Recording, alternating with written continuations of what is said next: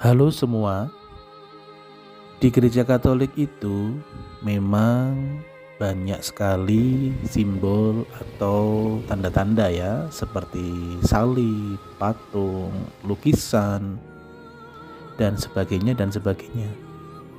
Namun ada juga segelintir orang yang selalu menuduh bahwa orang-orang Katolik itu menyembah patung, menyembah salib, menyembah berhala.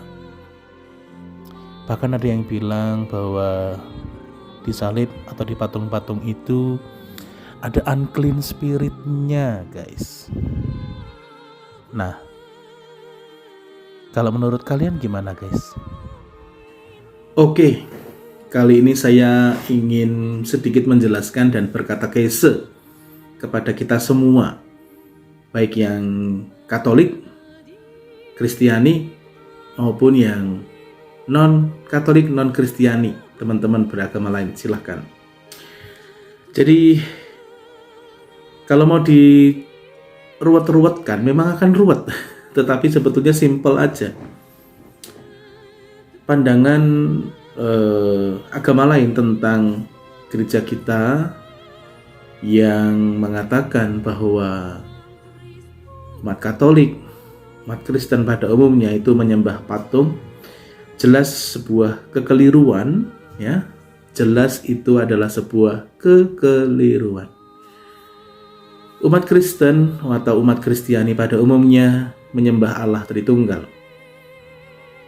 Itu sudah clear, jelas, Bapa, Putra, dan Roh Kudus. Kami menyembah Allah yang esa, Allah yang satu. Meskipun hal ini pun juga mungkin masih menjadi hal yang belum selesai bagi agama lain, fine. Tapi untuk kita, bagi orang Katolik, kita menyembah siapa, itu sudah sangat clear dan jelas.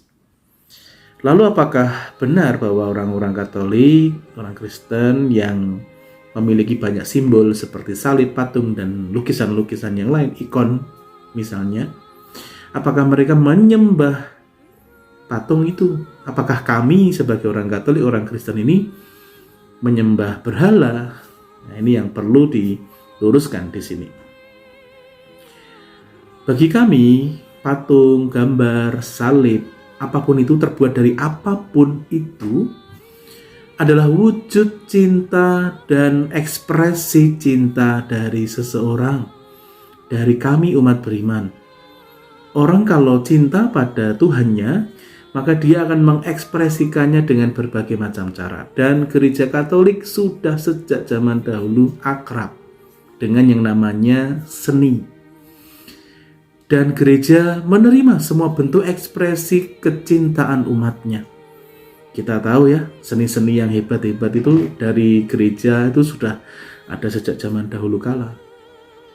Lukisan-lukisan keren seperti lukisannya Michelangelo, Leonardo da Vinci, dan sebagainya.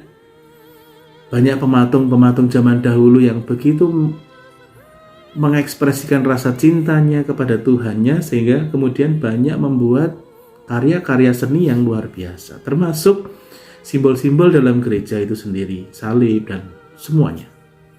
Itu adalah wujud sukacita, wujud cinta. Dan gereja menghargai seni semua orang. Oke, itu seni. Barang-barang itu sebagai seni adalah barang-barang yang memang memiliki benda-benda yang memiliki nilai seni yang tinggi. Lalu kalau itu digunakan dalam konteks peribadatan, apakah kemudian itu sama dengan berhala? No. Bukan, tidak seperti itu, saudara-saudaraku. Salib, patung, lukisan, ikon, dan semua benda-benda seni yang ada di gereja sudah dikuduskan, diberkati, dan itu menjadi simbol. Ingat ya, manusia itu homo symbolikum. Manusia adalah makhluk yang selalu mendambakan simbol, selalu membutuhkan simbol untuk mengekspresikan, apalagi mengekspresikan rasa cintanya kepada yang transenden atau yang ilahi. Dan di dunia ini, di agama manapun, tidak ada satu agama pun yang melucuti agamanya, melucuti ajarannya dari simbol-simbol yang ada. Agama manapun membutuhkan simbol. Jangan ngaku-ngaku deh nggak punya simbol apapun. Selalu ada simbol, sesuatu yang menyimbolkan, sesuatu yang menjadi tanda, yang bisa mengaitkan antara kita, jiwa manusia, dengan Tuhan kita. Akan selalu ada simbol di dalam setiap agama. Kalau teman-teman mempelajari fenomenologi agama, teman-teman akan paham bagaimana simbol-simbol itu begitu kaya di setiap agama. Tidak ada satu agama pun di dunia ini yang melucuti dirinya, ajaran-ajarannya dari simbol-simbol yang ada. Agama manusia membutuhkan simbol. Lalu apakah simbol-simbol ini representasi dari Tuhan? Apakah simbol-simbol ini adalah Tuhan itu sendiri? Jelas tidak. Kami, orang Katolik, memahaminya begini, bahwa ketika kami berdoa di depan patung atau di depan salib, apa yang kami lihat? Apa yang kami rasakan? Yang kami rasakan adalah kami berdoa di hadapan Tuhan yang mau menderita bagi kami. Ketika kami melihat salib, kami memandang Yesus, kami memandang pengorbanannya yang luar biasa. Dan kami bahkan seringkali dalam doa tidak terucap kata-kata kami. Kami hanya melihat dan memandang Kristus di salib. Air mata bisa menetes dan sebagainya dan sebagainya. Dan roh kamilah yang berdoa kepadanya. Kami betapa sungguh-sungguh tersentuh dengan Allah yang begitu mengasihi kami, yang dilambangkan dengan salib Yesus yang tersalib. Ya, kalau ada sebagian orang yang melecehkan simbol-simbol ini, kami nggak marah, bener-bener kami nggak marah. Apakah pernah kami mengatakan bahwa gereja dibakar, salib dihancurkan? Apakah kami kemudian sangat-sangat marah dengan hal itu? Apakah kami menganggap dalam pemikiran kami, dalam kesadaran kami, Allah kami telah dinodai? No. Allah tetaplah Allah, Tuhan tetaplah Tuhan. Tuhan tidak pernah secuil pun dengan aneka macam tindakan kekerasan kita. Tuhan merasa dirugikan dengan itu. Ya. Ketika terjadi pengerusakan gereja di mana-mana, mereka mengira bahwa dengan demikian merusak Tuhannya orang Katolik, Tuhannya orang Kristen. No. Tuhan kami tetap ada di sana, Tuhan kami tetap mulia, tidak ada apa-apanya. Gak ada yang tersinggung atau gimana-gimana. Cuma kami menyayangkan saja. Kenapa kok ada orang-orang yang sedemikian keji, sedemikian kejam melakukan hal-hal yang seperti ini, menistakan dan sebagainya dan sebagainya. Tapi bagi kami sungguh ketika ada pengerusakan benda-benda itu, ya kami menyayangkan saja. Tetapi apakah kami marah? Tidak. Karena dalam diri kami sudah sadar bahwa dengan merusak patung itu Tuhan kami tidak rusak, Tuhan Yesus tidak rusak, Tuhan Allah tidak rusak, tidak berkurang secuil pun apapun itu. Justru sangat menampakkan ketidakbecusan bagaimana orang akhirnya mengontrol emosi dan sebagainya.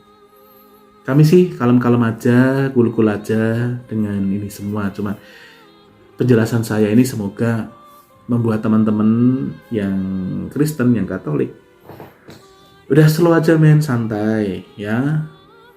Kita memang perlu berkatekese lebih melalui apa yang sedang ramai saat-saat ini, ya itu jadikan sebagai fenomena yang baik juga bagi kita. Untuk apa? Untuk semakin berani belajar lebih mendalam, dan jangan sampai kita salah guru, salah bertanya, salah orang gitu ya. Kalau terkait dengan kekatolikan, iman Katolik, ya tanyalah kepada yang empunya. Dalam hal ini adalah ya tanyalah kepada para imamnya, para uskupnya, para pengajar, para katekisnya. Jangan sampai kita salah alamat nih gitu ya. Kalau pengen beli mie ayam ya harus ke tukang mie ayam, jangan ke tukang gorengan gitu. Jadi beda ya. Ini saya hanya pakai perumpamaan aja. Oke, gitu teman-teman. Jadi semoga teman-teman santai aja, clear, santuy, dan gak usah gimana-gimana, gak usah merasa wah agama kita dinista. Enggak seperti itu. Kita harus tetap calm, santuy. Yang penting apa? Kita paham, kita ngerti, dan mari kita jadikan ini sebagai fenomena yang baik untuk kita kerjakan di masa yang akan datang. Semoga teman-teman semakin paham tentang bagaimana memahami salib, bagaimana berperilaku di hadapannya. Ya, kita tetap menaruh rasa hormat, dan yang namanya unclean spirit sudah jelas gak ada tuh ya. Yang ada malah Holy Spirit. Oke, segitu aja. Terima kasih. Tuhan memberkati.